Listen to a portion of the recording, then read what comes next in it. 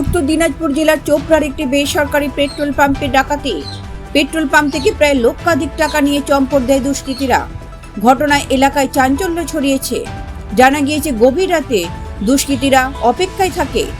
সুযোগ বুঝে পেট্রোল পাম্পের অফিসের শিকল কেটে ও আলমারি ভেঙে প্রায় লক্ষাধিক টাকা চুরি করে নেয়। পেট্রোল পাম্পের কর্মীদের কথা অনুযায়ী সকালে ঘুম থেকে উঠে তারা দেখেন ঘরের দরজা বাইরে থেকে বন্ধ। পাশের এক ব্যক্তিকে ডেকে দরজাটি খোলানো হয়। পাম্পের দরজা খোলা এবং ভিতরের আলমারির দরজা ভাঙা অবস্থায় দেখতে পান তারা।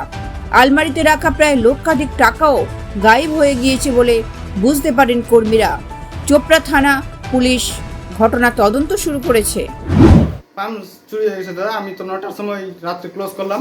ক্লোজ করার পরে আমি ওখানে খাই দায় ঘুমালাম। আমরা বাইরে থেকে লক করে দিয়েছে, কিছু বলতে পারছি না। সকালে উঠলাম, আমি বাইরে থেকে লক।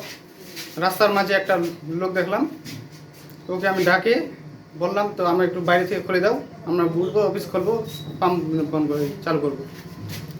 তারপরে এটা আমরা দেখছি তো অফিস, আমি তালা নিয়ে চাবি নিয়ে আসছি, অফিস খোলা আর গডরেজও খোলা, সব কিছু খোলা আছে।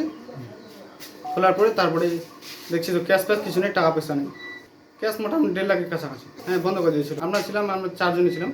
পুলিশ প্রশাসনকে জানলাম এটা হসপিটাল পেট্রোল পাম্প, জেপি কিষাণ সেবা কেন্দ্র, আরিফ হোসেন। আমি কাজ করি, আমি ম্যানেজার হিসাবে দেখি আর স্টাফ। এখন ম্যানেজার নাই, বাড়ি গেছে, আমি দেখি। ব্যুরো রিপোর্ট, লটারি সংবাদ।